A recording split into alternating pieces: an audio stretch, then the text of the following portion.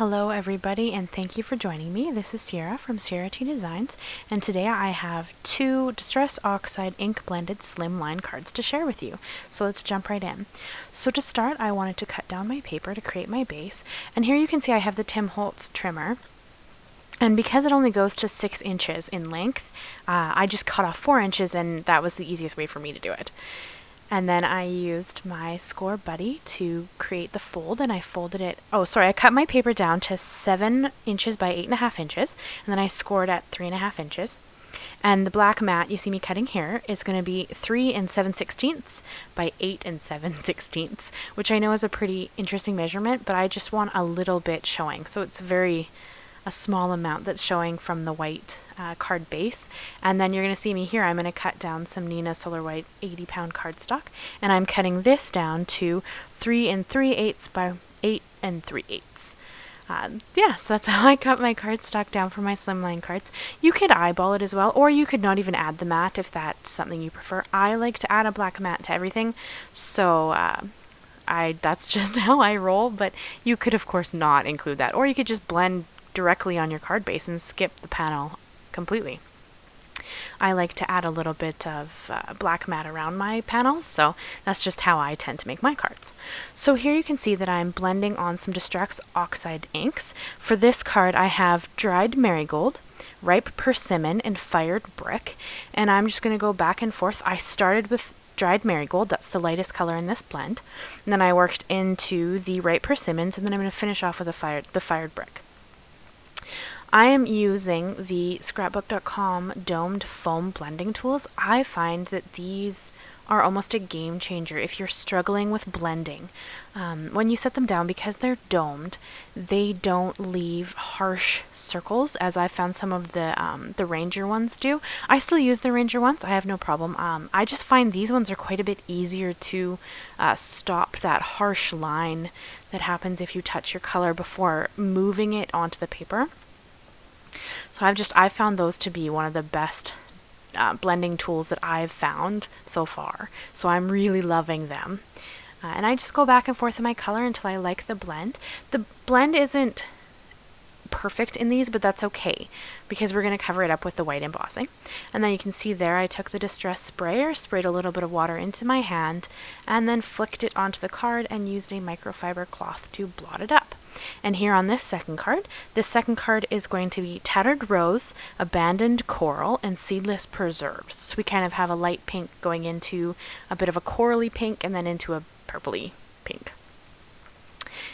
Seedless Preserve. You know what? I love these colors. They're all stunning.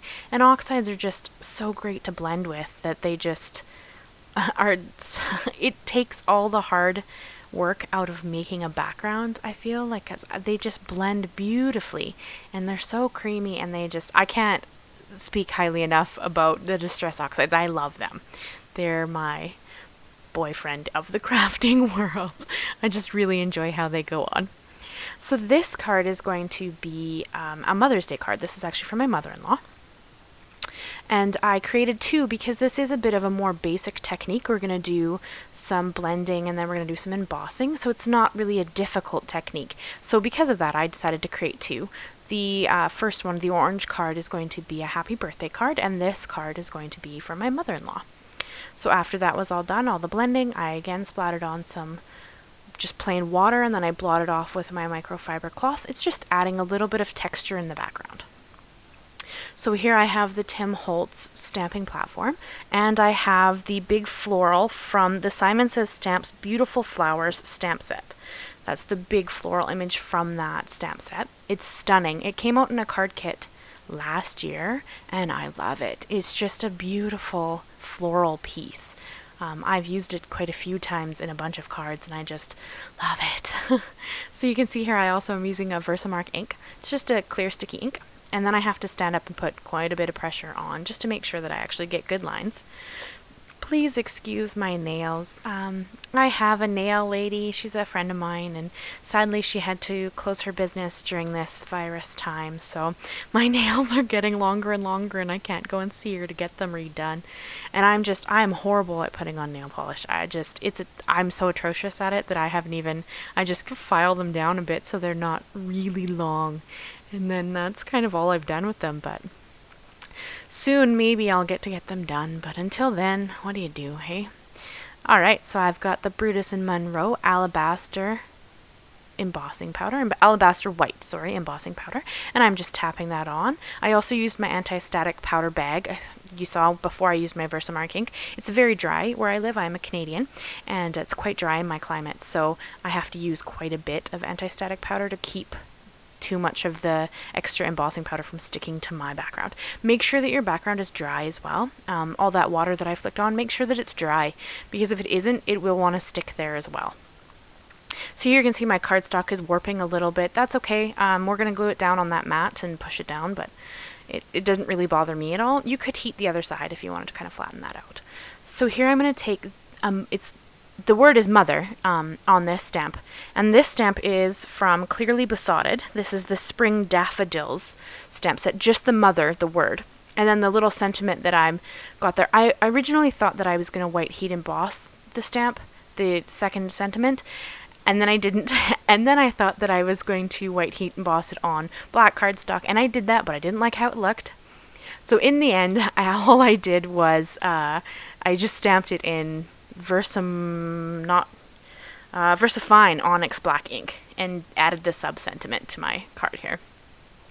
So I thought that worked out pretty well. I didn't quite like... I was concerned because the words are so small. I was concerned that you wouldn't be able to read it. So I didn't want to continue doing that. And here I didn't even preheat my heat tool because I had just heated it for the florals. So I usually make sure I wait about 30 seconds before I heat on the cardstock. But because I had just heated the florals, you didn't really have to wait for the heat tool to warm up. It just helps with the warping.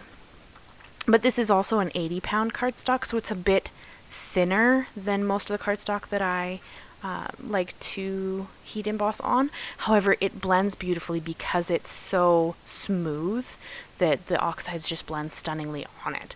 So that's kind of why I ended up going there. And then here you can see that I just took my Versafine Onyx black ink and stuck it on the stamping platform and then just stamped my sentiment and lightly pressed it into my cardstock.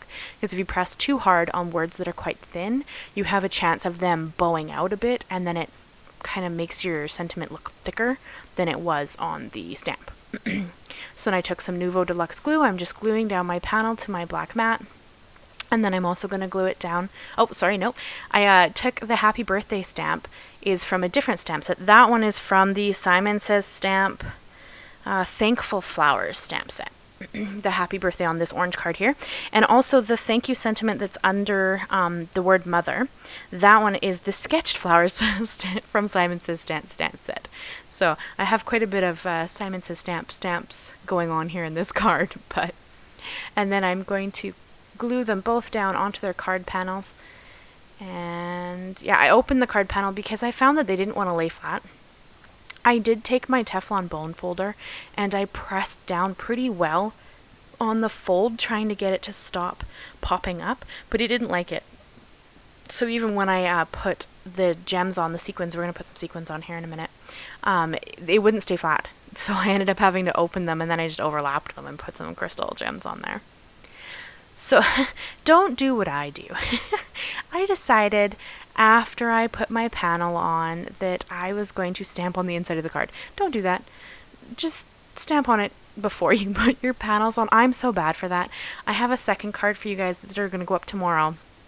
And it's the Mother's Day card for my mom. This is for my mother-in-law. And then my mom's card will be made, or I'll show it to you tomorrow. And I did it again on that card. Like, I can't remember to do my base stamping before I put the card together. I'm so bad for that. So here you can see I just took Tattered Rose and I used that to stamp the big floral inside. And I used dried Marigold on the orange card and used that to stamp the orange card. I didn't show it because I had just done it. And then here you can see that I have some pretty pink Posh sparkling clear jewels, and I kind of just laid a smattering I just laid a few of them across the card. I was kind of trying for a bit of a angle across the card that kind of drew your eye around a little bit, and I just placed them down with my crystal katana and some more of that Nuvo Deluxe glue. So there is a coordinating blog post for this if you guys want to check that out. It's linked down below, and also I have all of the supplies linked underneath this video. And a little bit of exciting news. So we hit over 100 subscribers this week, and I am just so excited. So I would like to do a giveaway. I'm going to have more information on that for you guys as soon as I figure out the easiest way to do a giveaway. So if you know, let me know, please.